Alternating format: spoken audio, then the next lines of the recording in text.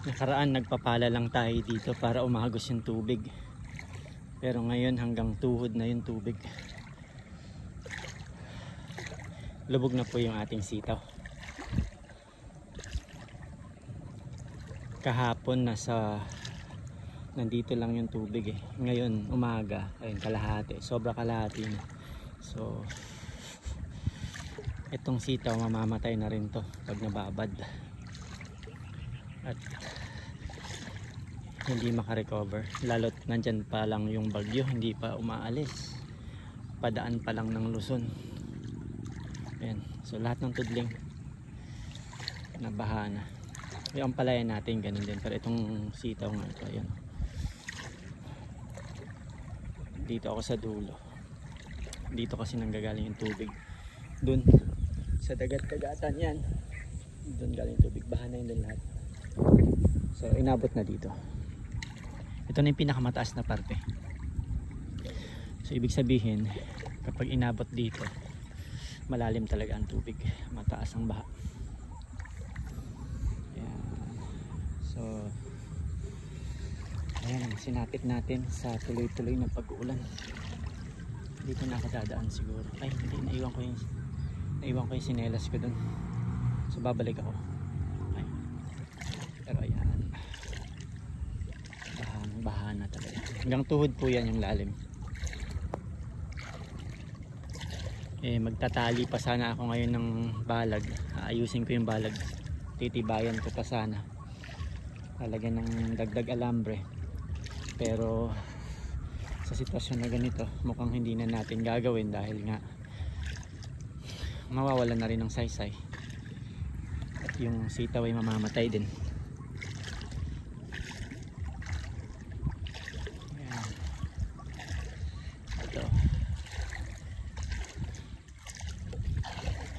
So lahat dito ng farm, lahat ng gulayan, pare-pareho kami sinapit. So maraming malulugi.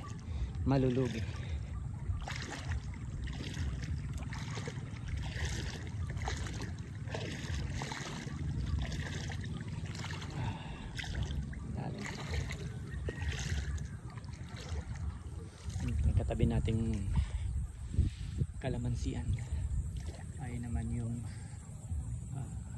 palay at iba pang gulay dyan. Babangka na lang, puro gulay ang katabi natin na yun, may palag. So lahat yan ay nasa lanta.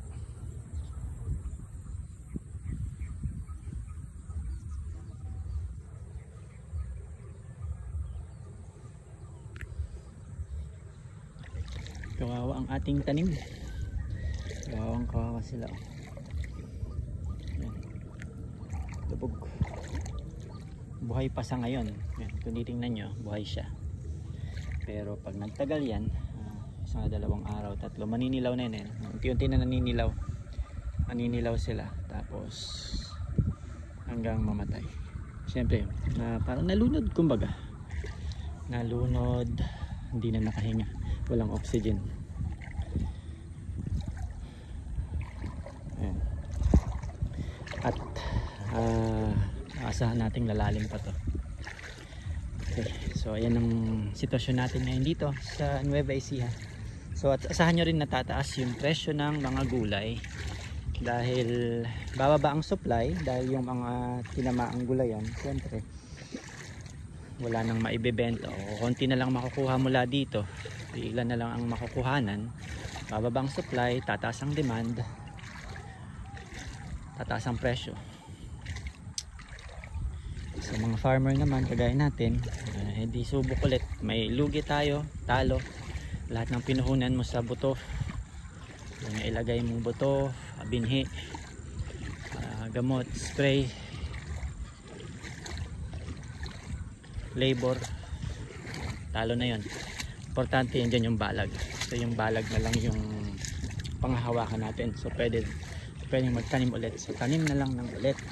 Pagkalipas ng baha, tanim ulit. At subok ulit. Bawi tayo. Okay, sige, yan hanggang dito na lang.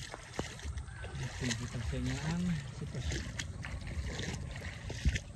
ng baka ng sunod-sunod na ulan.